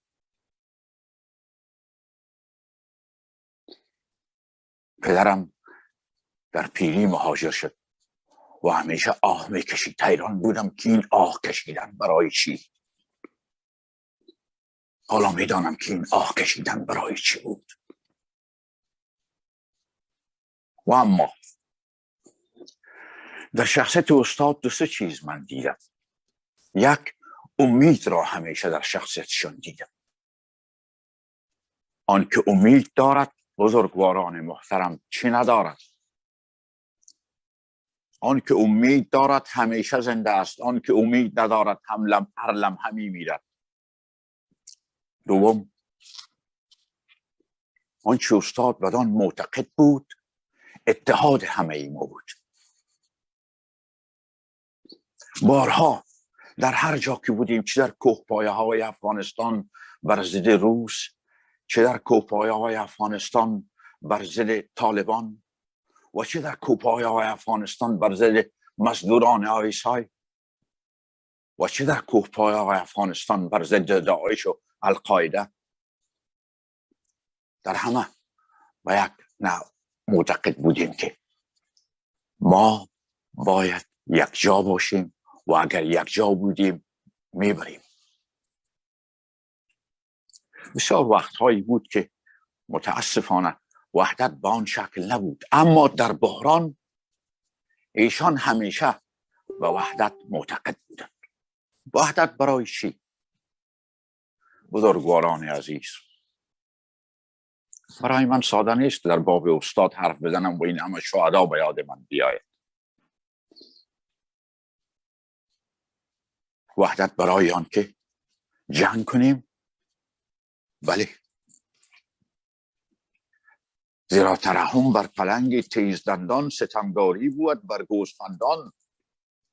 رحم به گرگ، بیرحمی به گوسفند است.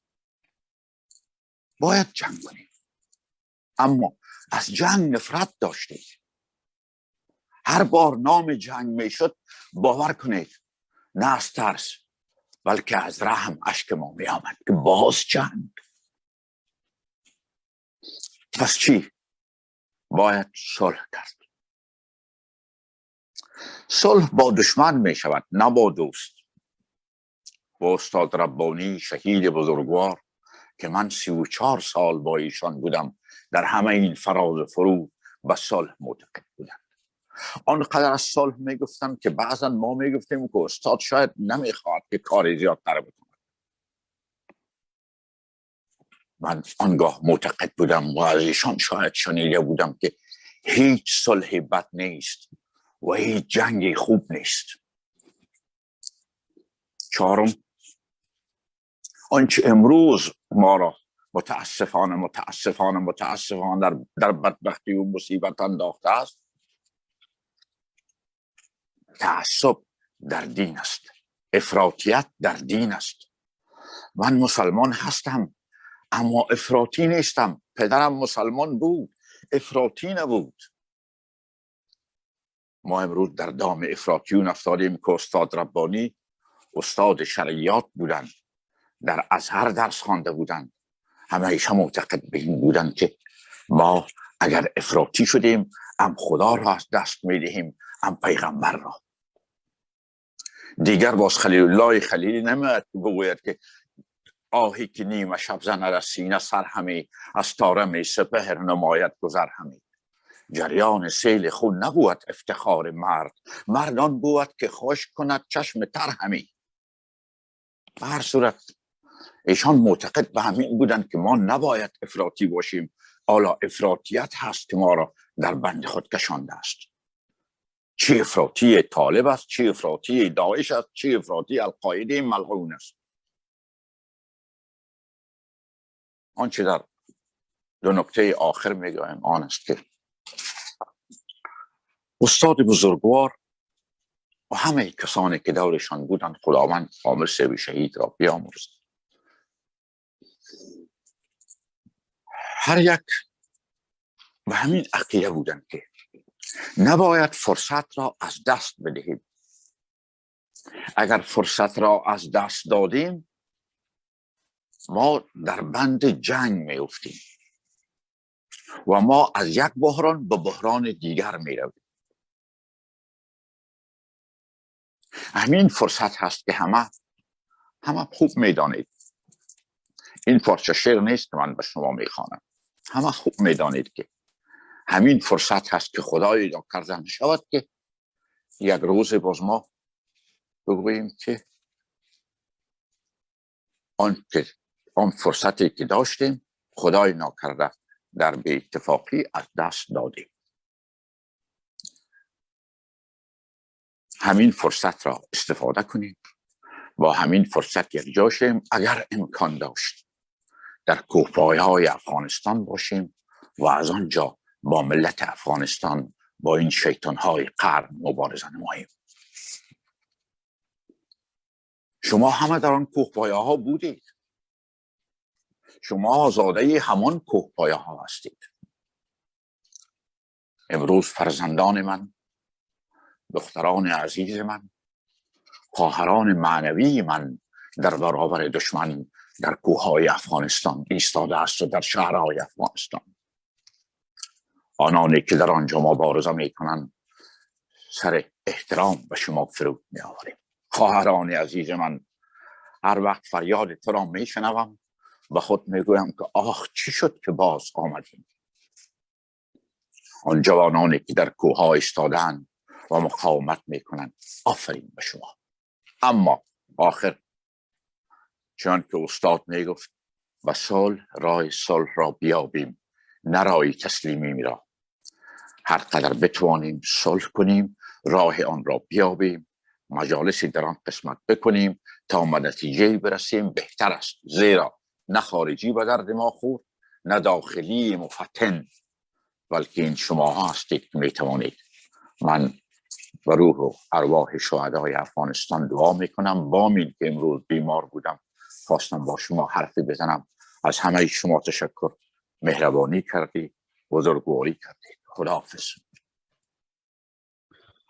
جهان سپاس جناب خلیس بزرگوار از سخنان عالمانه و دلنشین شما. خداوند شما را جزای خیر بدهد. شهید استاد ربانی یارانی با وفا و کسانی که در دشواری ها همراهش بودند هرگز تنها نگذاشت، بلکه در کنار آنها قرار داشت و نگذاشت مجاهدان را به نام تفنگ سالاران و ناقضین حقوق بشر محاکمه کنند، بلکه در تمام صحنه ها از عزت و وقار مجاهدان دفاع نمودند. روحشان شاد و یادشان گرامی باد.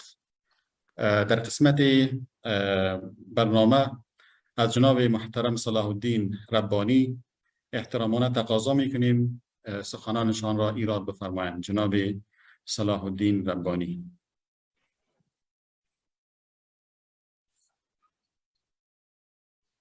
آواز نیست.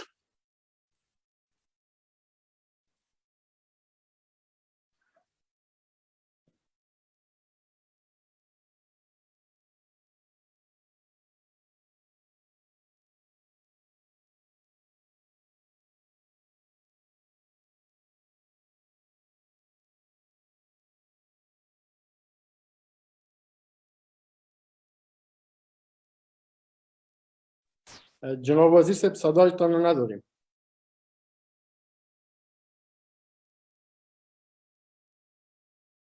حال صدا رو داریم؟ بله صاحب درست. بسم الله الرحمن الرحیم. قال الله تعالی من المؤمنین رجالا صدقوا ما عاهدوا الله علیه و منهم من قضى نحبه و منهم من ينتظر و ما بدلوا تبدیلا. مهمانان گرامی، ضمن عرض سلام حضور شما را به نشست امروزی خوش آمدید و خیر مقدم میگویم. امروز 29 سنبله 1401 هجری خورشیدی مصادف است با 11مین سالگرد شهادت رهبر جهاد و مقاومت رئیس جمهور پیشین کشور و شهید سال. به این مناسبت به روح استاد شهید، قهرمان ملی کشور شهید احمد شاه مسعود، شهید استاد نیازی، شهید وحدت ملی استاد عبدالعلی مزاری، شهید استاد ظبی‌الله، شهید حاجی عبدالقدیر، شهید مطلبی و همه شهدای با افتخار کشور درود میفرستم. حضار گرامی، شالوده و هدف مرکزی مبارزات نیم قرن استاد شهید پاسداری از ارزش‌های دینی، اصلاح جامعه، تحقق عدالت اجتماعی، جلوگیری از تمامیت خواهی، حفظ استقلال کشور، برپایی نظام سیاسی مبتنی بر اراده و انتخاب مردم و تضمین حقوق اساسی شهروندان از جمله حقوق زنان. استاد شهید مصادره حقوق اساسی شهروندان را با تکیه بر قوه قهریه و غلبه با زور و بیعت اجباری باطل و خلاف موازین اسلامی می‌پنداشت. مرشد فقید جمعیت اسلامی فلسفه جهاد و مقاومت در اسلام را مبارزه علیه ظلم و استبداد می‌دانست و در این مسیر همان گونه که پاسداری و حفاظت از ارزش‌های اعتقادی جهاد و مقاومت را رهبری کرد، در مرحله پسا مقاومت برای پاسداری از استقلال سیاسی کشور، تأمین عدالت اجتماعی و مشارکت شهروندان در چارچوب یک نظام مردم سالار مبارزه نمود و نگذاشت اجندای تمامیت خواهان و اراده بیرونی ها تعیین کننده باشد. رهبر شهید در عرصه سیاسی نگاه انعطاف پذیر و معطوف به آینده داشت و همیشه تاکید می نمود که افغانستان از طریق همدیگر پذیری و احترام به تنوع سیاسی و فرهنگی و پیریزی نظام سیاسی منطبق با واقعیت‌های جامعه می تواند به صلح و توسعه دست پیدا کند. حضار گرامی، استاد شهید در طول حیات مبارزاتی خیش مفاهمه و گفتگوی با عزت و عادلانه را پیوسته اولویت می‌داد. اما به صلح ذلیلانه و اهانتبار که سلطه ظالم و تبعیض و تعصب را ترویج و تحکیم نماید باور نداشت. یاد بود از 11مین سالگرد شهادت رهبر شهید در حال صورت می‌گیرد که کشور عزیز ما شاهد عقبگرد خطرناک و فاجعه باری است.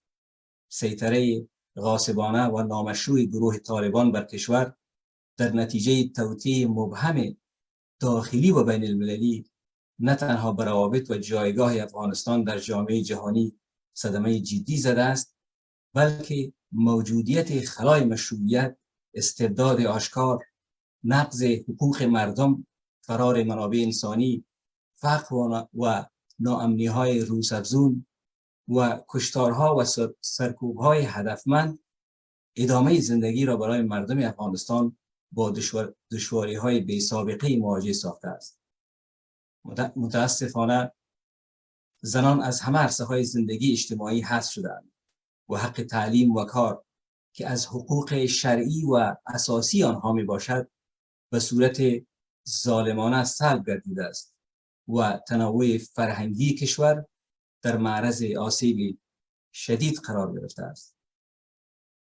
طالبان به سلسله جنایت‌های مکررشان در مناطق مختلف کشور از جمله در ولایت پنجشیر و اندرابها به نسل کشی دست زدند. بر علاوه این روزها زیر حاکمیت ظالمانه گروه طالبان مردم در ولسوالی خوجه بهاءالدین از منزل و محلات مسکونیشان به صورت اجباری و غیر قانونی کوچ داده می شوند و مورد آزار و شکنجه قرار می گیرند. اینها اعمال خطرناکی هستند که همزیستی مسالمت آمیز و وحدت مردم این سرزمین را صدمه جدی می زند. طوری که همه ما می بینیم در 1 سال گذشته به هر اندازه‌ای که طالبان مرتکب جرم و جنایت علیه مردم شدند، مبارزات و نارضایتی‌های ملی و بین المللی بر ضد این گروه تقویت شده است. مبارزات و تظاهرات حق طلبانه مردم افغانستان به ویژه زنان شجاع در سراسر کشور از جنوب تا شمال و از شرق تا غرب نمونه از پایداری در برابر استبداد گروه طالبان است. جا دارد از مبارزات حق طلبانه زنان و مردان افغانستان قدردانی و حمایت نماییم. این مبارزات را تاریخ با سربلندی یاد خواهد کرد. و باور ما وضعیت کنونی به دلیل داشتن ماهیت ظالمانه و ضد مردمی قابل استمرار نیست و مردم افغانستان بدون تمثیلیابی اراده جمعیشان در تعیین سرنوشت کشور شرایط نامطلوب و سیاه فعلی را دگرگون خواهند ساخت. حضار گرامی، پیام جمعیت اسلامی به عنوان میراث معنوی رهبر شهید و قهرمان ملی در قبال قضایای کشور واضح است. از دید ما تنها نظام منتخب مردمی که ممثل واقعی مردم افغانستان باشد و به همه طیف‌های فکری و سلیقه‌های اجتماعی و تنوع فرهنگ‌ها و هویت‌های مردم افغانستان احترام بگذارد می‌تواند صلح عادلانه و ثبات سیاسی را در کشور تضمین کند. حضار گرامی، دوستان در ارتباط به افراطگرایی صحبت داشتند. افراطگرایی و تروریسم در همه اشکال و انواع آن محکوم است و نباید با این پدیده برخورد گزینشی شود. جهان باید خطر ادامه حاکمیت طالبان بر افغانستان که دهها گروه تروریستی دیگر زیر سایه آن به سر میبرند و از خاک افغانستان برای منطقه و جهان تهدید بالقوه و بالفعل می باشند درک کنند و تلاش‌های مردم افغانستان را برای رسیدن به حاکمیت قانون و حکومت مبتنی بر اراده جمعی شهروندان نادیده نگیرد. در اخیر با اتحاف دعا و درود مجدد به روح همه شهدای کشور، به ویژه شهدای قتل‌های صحرایی اخیر، یک بار دیگر با اهداف و آرمان‌های رهبر شهید، قهرمان ملی و همه شهدای جهاد و مقاومت تجدید پیمان می‌کنیم. و السلام علیکم و رحمت الله و برکاته. علیکم السلام. از جناب محترم صلاح الدین ربانی جهان سپاس جهت ایراد سخنان عالمین ایشان. سروران عزیز، مردان بزرگ را نمیتوان بر یک قریه، حزب، کشور و منطقه محدود کرد، بلکه آنان فراتر از این هستند و بدون شک استاد شهید همچون یک شخص بی‌بدیل بودند. تشکری میکنیم از حوصله‌مندی شما بزرگواران. صرف 2 سخنرانا باقی مانده. انشالله برنامه ما هم به پایان میرسه. در این قسمتی از برنامه از جناب محترم سید طاها صادق احترامانه خواهشمندیم تا سخنان خویش را ایراد بفرمایند. جناب صادق صاحب. اعوذ بالله من الشیطان الرجیم. بسم الله الرحمن الرحیم. من المؤمنین رجالا صدقوا ما عاهدوا الله علیه فمنهم من قضى نحبه و منهم من ینتظر و ما بدلوا تبدیلا. رهبران معزز جهاد و مقاومت سترگ افغانستان، اندیشمندان و بزرگان حاضر در این نشست، خواهران و برادران، السلام علیکم و رحمت الله و برکاته. امروز در حالی با استفاده از فضای مجازی همایشی ترتیب دادیم که 11 سال می شود پیر خرد و حکمت را در میان خیش نداریم. شهید استاد برهان الدین ربانی رحمت الله علیه به معنای واقعی کلمه رهبری خردمند، حوصله‌مند و دورنگر بود. جای خالی استاد شهید در رهبری کشتی شکسته و در گل نشسته کشور از همان لحظه عروج روح ملکوتیش حس شد و تا کنون نیز خلای حضور آن رهبر فرزانه محسوس می باشد. جا دارد در آغاز 11مین سالگرد شهادت ایشان را به کافه امت اسلامی، مردم غیور، مجاهد و مبارز افغانستان، شما سروران گرامی و به ویژه برادر بزرگ و اندیشمندمان جناب وزیر صاحب صلاح الدین خان ربانی تبریک و تسلیت عرض نمایم. در چند دقیقه‌ای که فرصت در اختیار من است، با اغتنام از فرصت می خواهم به چند نکته اشارتی گذرا داشته باشم. جایگاه استاد شهید در مبارزات حق طلبانه و ظلم ستیزانه در افغانستان جایگاهی ویژه و منحصر به فرد است. زندگی ایشان و همرزمان و پیروانان خط فکریشان نماد استقلال طلبی، اعتدال فکری و تندرستی و تعامل مثبت و سازنده با جهان در عین تمثیل استقلال فکری و پایبندی به منافع و مصالح ملی بود. تاریخ حیات استاد شهید، رهبری خردمندانه و موضع‌گیری های حکیمانه ایشان پیوندی یادآور تاریخ تمدنساز و معنوی محور خراسان زمین بود. بدون شک در میان رهبران گذشته تاریخ معاصر کشور به ابعاد شخصیتی استاد شهید نمیتوان نظیری سراغ کرد. استاد شهید در امتداد دوره جهاد با عظمت افغانستان نمادی از یک مسلمان معتدل معتقد به وحدت اقشار مختلف مردم افغانستان، پایبندی به استقلال کشور و ایجاد بستر برای رشد شخصیت‌ها و چهره‌های توانمند در عرصه سیاسی، نظامی و علمی بود و با جرأت می‌توان گفت که این جایگاه، منش و روش در این دوره بی‌مثال بود. با آنکه پس از پیروزی مجاهدین و شکست حاکمیت ستمگر وقت متاسفانه عواملی متعدد در دست هم داد و موجب حوادث و وقایع تلخ و ناگوار گردید، با این وصف اگر به نسخه حکیمانه استاد شهید در برون رفت از بحران بحرانساز داخلی و بیرونی تن در می‌دادند، هیچگاه افغانستان، منطقه و جهان با بحران‌های خطرناک و تروریسم سازمان یافته مواجه نمی‌شد. نقش استاد شهید در دوره مقاومت اول نقشی بی‌بدیل بود.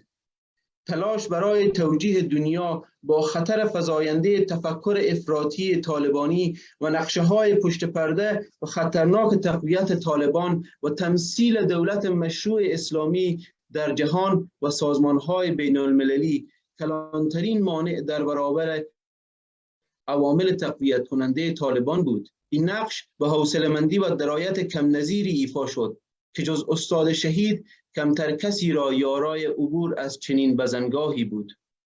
در دوره عبور از دولت اسلامی به نظام جدید و برای اولین بار در تاریخ معاصر کشور انتقال مسالمت آمیز قدرت تاریخ ساز بود و اگر این روش حکیمانه را دست کم رجال حاکم پس از استاد شهید به معنای واقعی کلمه رعایت می کردند، هیچگاهی ما در وضعیت جاری قرار نمی گرفتیم و با حفظ حرمت به همه شخصیت هایی که در پروسه انتقال قدرت نقش ایفا کردند، باید اعتراف کرد که اگر به نصایح و اندرزهای رهبر شهید گوش جان داده می شد، می توان قطع داشت که بسیاری از چالش‌های بعدی اتفاق نمی افتاد. استاد شهید علی رغم دیدگاه‌های شدید در مخالفت با سهمگیری در روند نیمه دولتی شورای صلح، حکیمانه و صادقانه رهبری این روند را بر عهده گرفتند تا به همه جریان‌های مخالف و معاند بفهمانند که حقیقتاً به صلح و اقتدار اقشار مختلف مردم کشور پایبند است و خود در این راه سکانداری می کند. علیکم و رحمت الله و برکاته.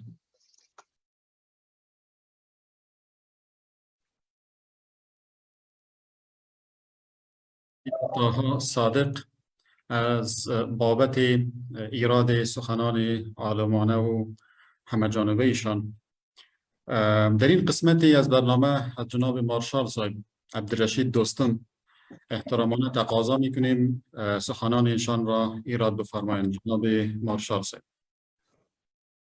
بسم الله الرحمن الرحیم. با اجازه همه دوستا و بالخصوص صلاح الدین خان ربانی و استاد صاحب عطا دیگر برادرایی که در جلسه همگی حضور دارند، سلام احترامات تقدیم میکنیم و بعد از سلام احترامات تسلیت برای همه دوستایی که در جلسه بالخصوص در سطح افغانستان به همه ملت مردم افغانستان تسلیت عرض میکنیم. صحبت‌های صلاح الدین خان بالخصوص استاد صاحب خلیلی گپا را دقیق شنیدیم نمیشه که نباشه. خب ما پیامون با خیر صاحب خان بازم نمیشه. ما خو یکی از جمله همنشینان و همسنگران و دوستای همه شخصیت هایی که نام بردین، استاد صاحب ربانی و قهرمان ملی ما و شما همشای مسعود، استاد مزاری، همسنگر بودیم و همرازم بودیم و گپای درد دل خدا با هم شریک می ساختیم.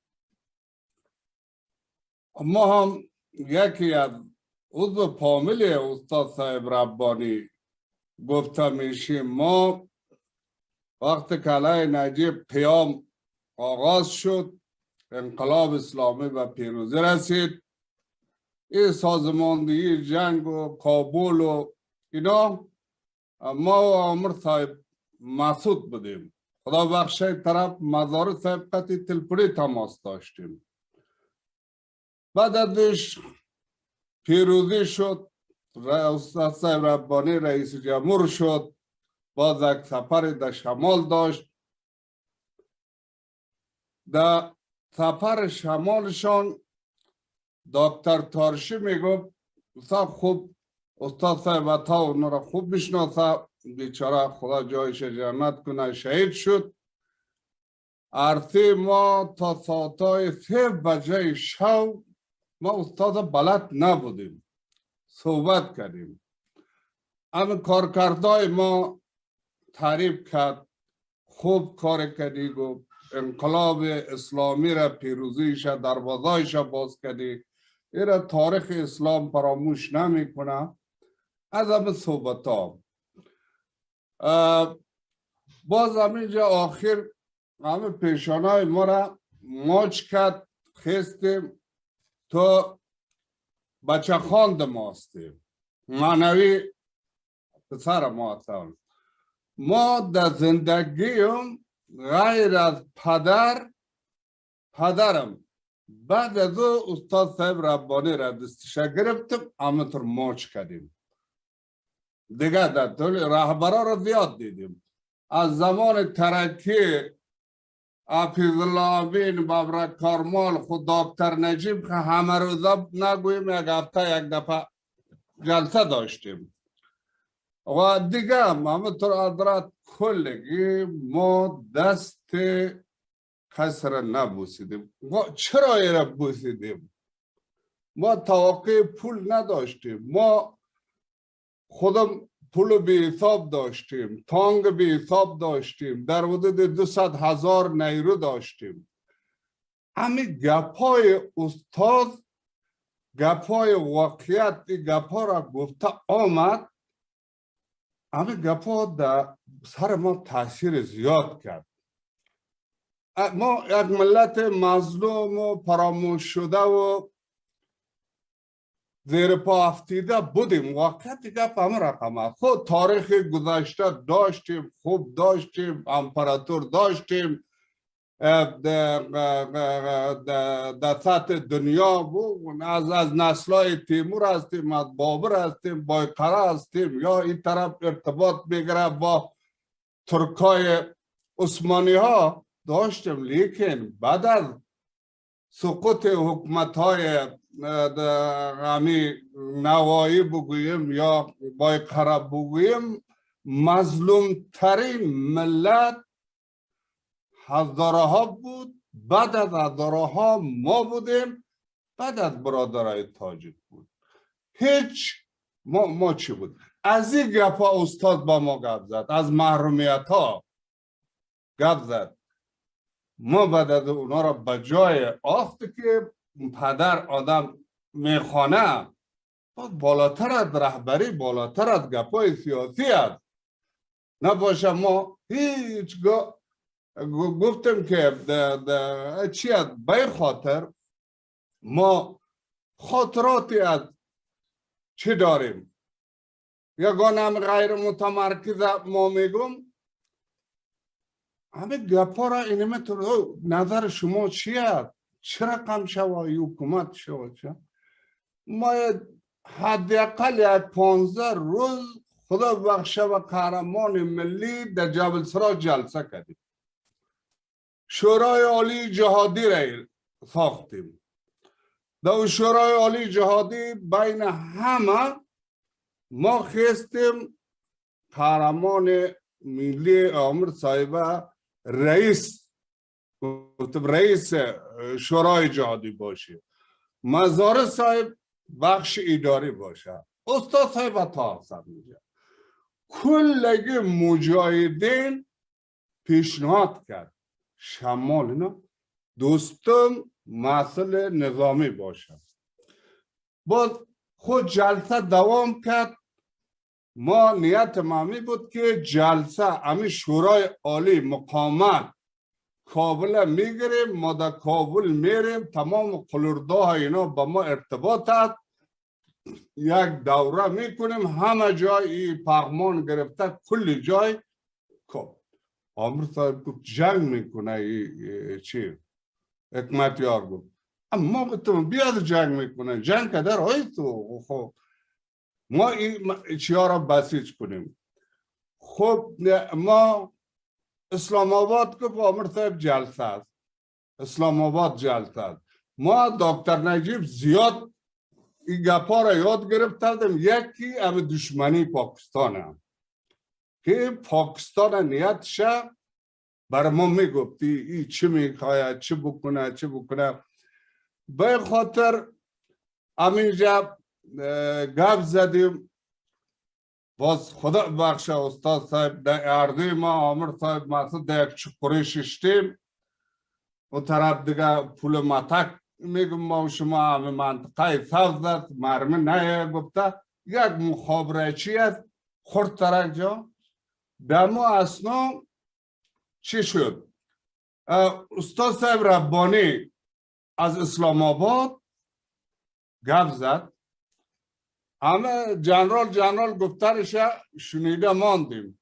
باز خدا باش عامر صاحب طرف ما خنده کرد سعی کرد گفت جنرال صاحب همینجا شته پرده ما یک جا ششتیم. برای استاد صاحب گفته بوده که جنرال کابل گرفته نمونه ما در پالی چیم. خب به هر صورت همینجا ما گفتم عامر صاحب کابل بگیریم، هر کس پاکستان انتخاب کنه نه رئیس جمهور شوه، شما رئیس سیاسی خود ما شما هر کس خواستیم اینمه بیاید. این استاد در خصوصی جلسه ما نیست. خب به هر صورت این رقم نشد. خب عامر صاحب ما گفتم چطور این افغانستان اداره میکنیم، چه رقم میشه، چه رقم ریاست جمهوری میسازیم، ما گفتم پاچایی میسازیم. این نظر شما ما همه دوستای ما اطراف ما زیادتر همه پدرالی را ما گفتم مطرح میکنم و خدا او روزات رب این گپا را ما رابر قهرمان میگیم، از آرمانشان دفاع کنیم، از ادبشان دفاع کنیم. به خاطر اونا جنرال جز از زمین را رای دیگه حل نیست افغانستان، دیگه رای حل نیست. عالی هم ما بر شما از نگاه امی نظامی گپا سر کار داریم. 43 سال میشه، 44 سال یک کم وضعیت در بخش نظامی امنیتی گپا تحلیل کردم میتونیم. دوباره افغانستان به دستتان میآید، دوباره این خانما همشیرا هم اطمینان میتیم دیگه مثل گذاشته وری ام وحدت همبستگی ما و شما تا موفقیت پیروزی نباشه، اما دوام داشته باشه. اما تعهد و اینه پیمان را که میبندیم امروز به نام استاد صاحب ربانی و یاد عامر صاحب قهرمان و به نام مزار صاحب اینا همه را تعقیب کنیم. نکنیم استاد خلیلی وری 4 کران از پاکستان بر ما داد، دویده برد اینجا همه افتخارات یک ملت زیر پاک و یک رهبر یک کلان مردم خون میده، جان میده و از طرف پاکستان در جلسه موضوع اشتراک کرده نمیتونه. به این رقم رهبرا را از پالی خود دور کنیم، همه وعدت همبستگی خدا حفظ بکنیم. ما مردم نه چوکی بکارد، ما این تعود ماست، نه پیسه بکارد، نه از بدتر چه میشیم؟ ما مارشال افغانستان شدیم، رهبر یک حزب بستیم، اون یک وقت نیمه پاچایی داشتیم، پول چاپ میکردیم، همه گپ خدا داشتیم. ولی یک آجی صاحب، مسعود، دیگه جوانا، دیگه دوستا مطمئن باشن یک بار دیگر ما ایره لف زده نمیگیم. هر وقت نی سیاسی حرکت ها، نی حرکت های نظامی یکان حرکت نقش کلیدی را داشتیم. این امریکایی چطور در افغانستان آمد؟ اون محقق صاحب، استاد صاحب عطاد نوتا سیاهیش آمد، بعد ازش 12 تا عسکرش آمد. 12 عسکر قطعی صاحب افغانستان چه کی بود؟ همه سازماندهی ما، اینمی دوستایی که نام گرفته مستضعفا، اینا ما شهید قربانی دادیم، اینا را آوردیم افغانستان، مبترایگان گوانتاناما را از اسیرا را روان کردیم. این ملا فاضل بدبخت ما را زنده از قندوز آوردیم، در تاشقرغان همه کشته شده میرفت، همه جنگ شد تاشقرغان، همه کل دوستان همینجا معلوم است که ملا غاز کشته شد، همه چیای از در گرفته رفته، خورجنشو بکسشو گپش. حالا یه رسای کنیم، این بدبخت هر روز تخار میره، یک روز در قندوز میره، یک روز در شبرغان میره، قبرای ما را چپا میکنه، اینجا سالای دوستم گور است، اینجا پلانش گور است. ما برای شما اطمینان میتیم، همه وعدت همبستگی را حفظ بکنیم. کم بچه های تشکر از بچه های اندارا، بچه های پنشیر یک مدت خدا اکمالات کنه، خدا با تعرضش نتیجه نمیتیره کلگم. یک آجی صاحب احمد ما چند تا یک میشینیم، یک پلان میکنیم. این بدبخت لنگه، این را به دست همه مردم شمال میتید. مردم شمال چه منظور ما لنگ چی هست؟ ملا فاضل بدبخت هست. زمین های مردم چی کردیم؟ این پروژه فکر کن به خاطر دلسوزی مردم بلخ و تاشقرغان و دولت آباد و آقشه و شبرغان تا انخوی نیست. اینا پلان داره 1-2 میلیون مهاجر در اونجا بیاره، بی نام بی نشانه. باز چه میشه این ملت؟ وازی ما میگم ما کسی هستیم یک آدم ملی، با پشتونا گپ ندارم، با پشتونا برادر ماست، گپ ماست. این کرده ما رای دادم رئیس جمهور، همه اشرف غنی تنتک ما رای دادم رئیس جمهور شد. نه لیکن نیت از اینا، او برادرای تاجیک، او برادرای هزارا، او برادرای ایماق، او برادرای ترکمن، او ازبکا، تاریختان گم میشه، فرهنگتان گم میشه، زبانتان گم میشه، شخصیتایتان گم میشه، نابود میشه. به خاطر پیش از نابودی باید کار کنیم. ما نابود کنیم دشمنای خدا به یاری خدا. ما پیشتر خنده کده گفتیم قانون صاحب کار خانگی خدا کده رایسته با واسه او قوت و انرژی نیست، با واسه بیم شوخو نداریم. این وطن به این رقم باشه، ملت به این رقم باشه کی شهید میگم با خدا دلم پر میشه. نام کدام مزه را بگیریم 3 روز 4 روز بشینیم نام شهید نوشته کده بریم همین این 100,000 نی 200,000 نیست، 300,000 نیست. تمام شخصیت های ما از جمله آل انگل شمار چند تمام دید. از دیگر خود به توطیه کشته آمده رایید. به خاطر دیگه ما مردم نی چوکی نی دیگه. با یاری خدا، با کمک ملت، با کمک شما دوستا، باز یک بار دیگر اینا را چپکده یک میزنیم و اینا را از تیرات او طرف از کوتل سبزک این طرف از لوگر بالا کلی ببینید چقدر ادنا اثر میشه. مقاومت کرد کشته میشه. باز این کیا ورده از وزیرستان اینا را؟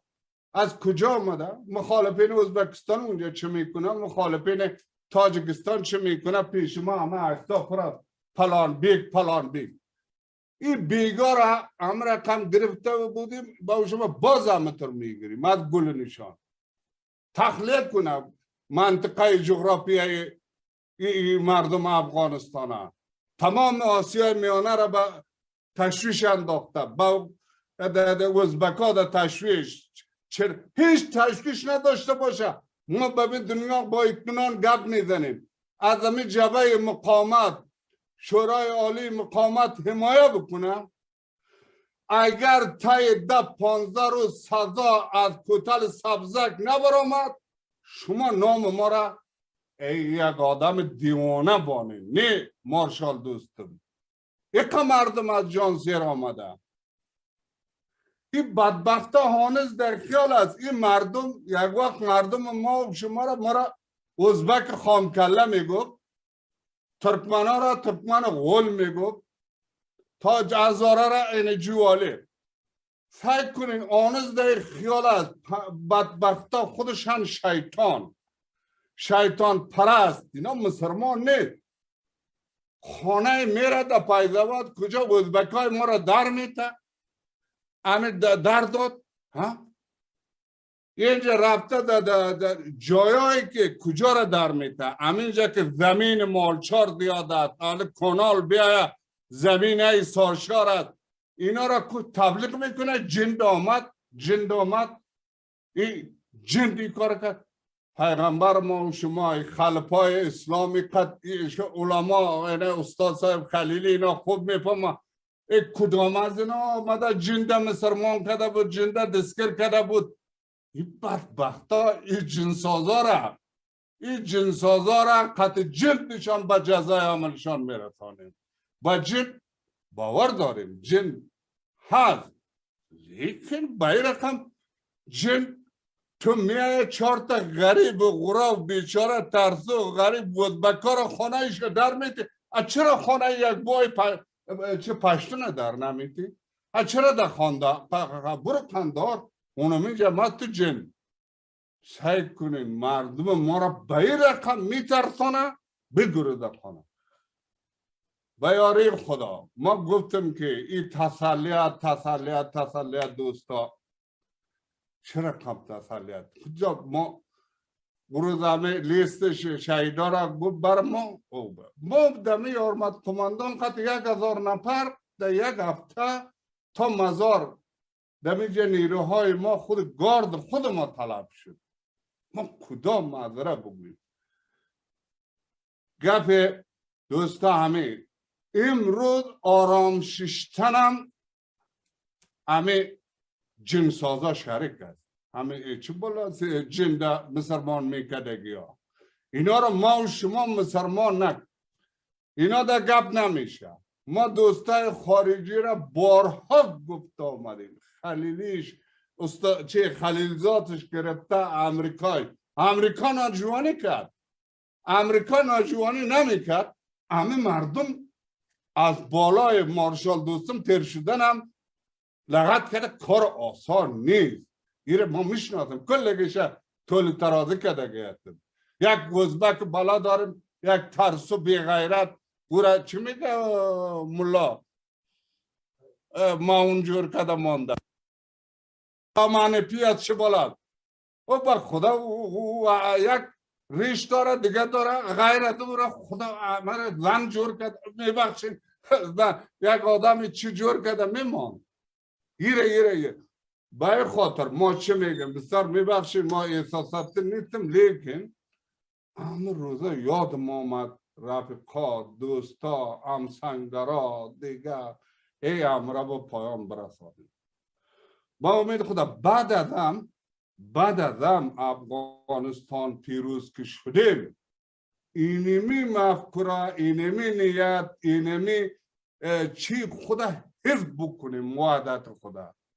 اونجا رفتیم بالای یک دیگه کش نکنیم این رقمه این جنبشت این جمعیت هست این طور نکنیم. ما برای شما منعیف یک بابا بگویم منعیف یک آدمی که تجربه دار دیگه برای شما اقتصادتان دیگه ایتان بلدم نیستیم گفم یکن افغانستان یک بار دیگر میزنیم ایره با اطمینان براتان میگم.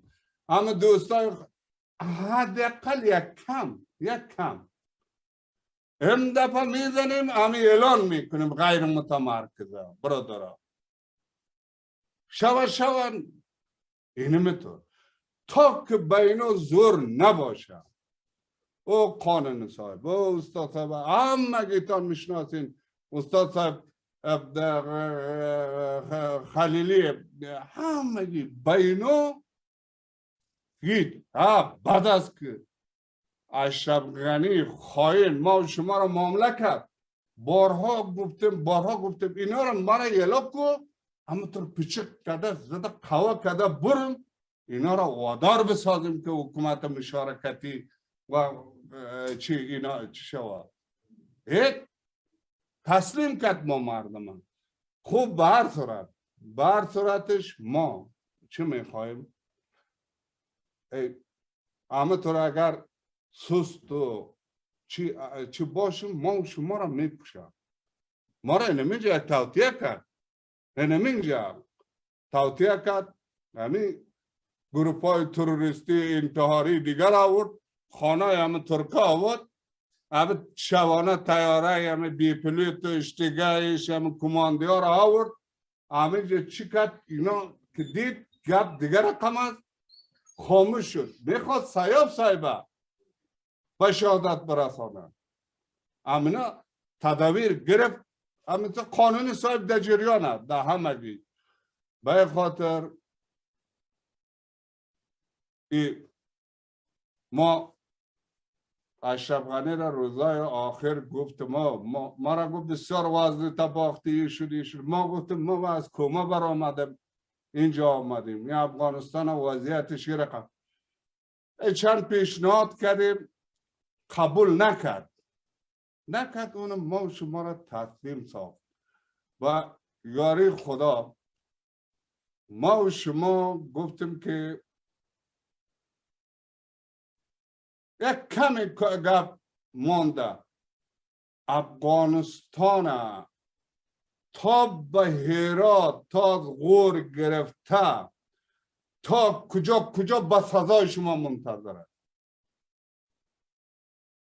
خود مردم میزنه اینا را با خدا هم خانما میزنه اینا را.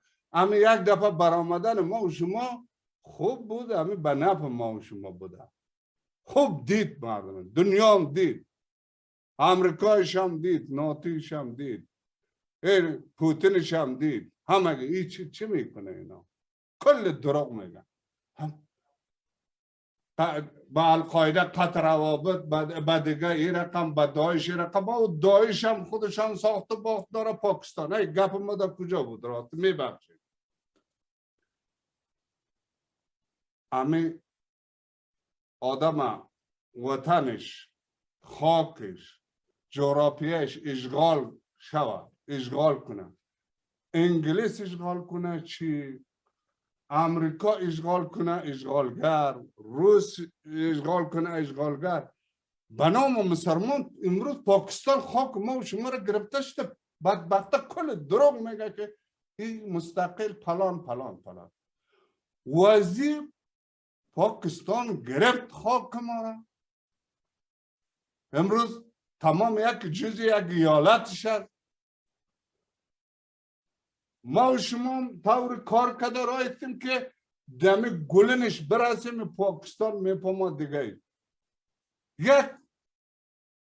یک اینمی چانکان اینا یک کم کم سست شده رایست سست نشه و بر شما ما میگم که یک هفته 10 روزه گپ اینا خلاص میشه ببینید چقدر اثر میشه مقاومت کرده که کشته میشه به این خاطر بسیار معذرت میخوایم ما طولانی تر صحبت کردیم کار بکنیم همه کمیته دیگه اینا را زودتر بسازیم همه خارجی ها را هر کدام دیگه راه حل نیست او جلسه که در اتریش شد او به جلسه ها نمیشه اینا به جلسه به اعلامیه دیگه به گپا نمیشه فقط در دنیا خارجی ها قطع گپ بزنن اندک قطع ما مردم گپ چه بکنه این طرف تا کابل این طرف تا هرات گپش 15 روز اینا ختم میشه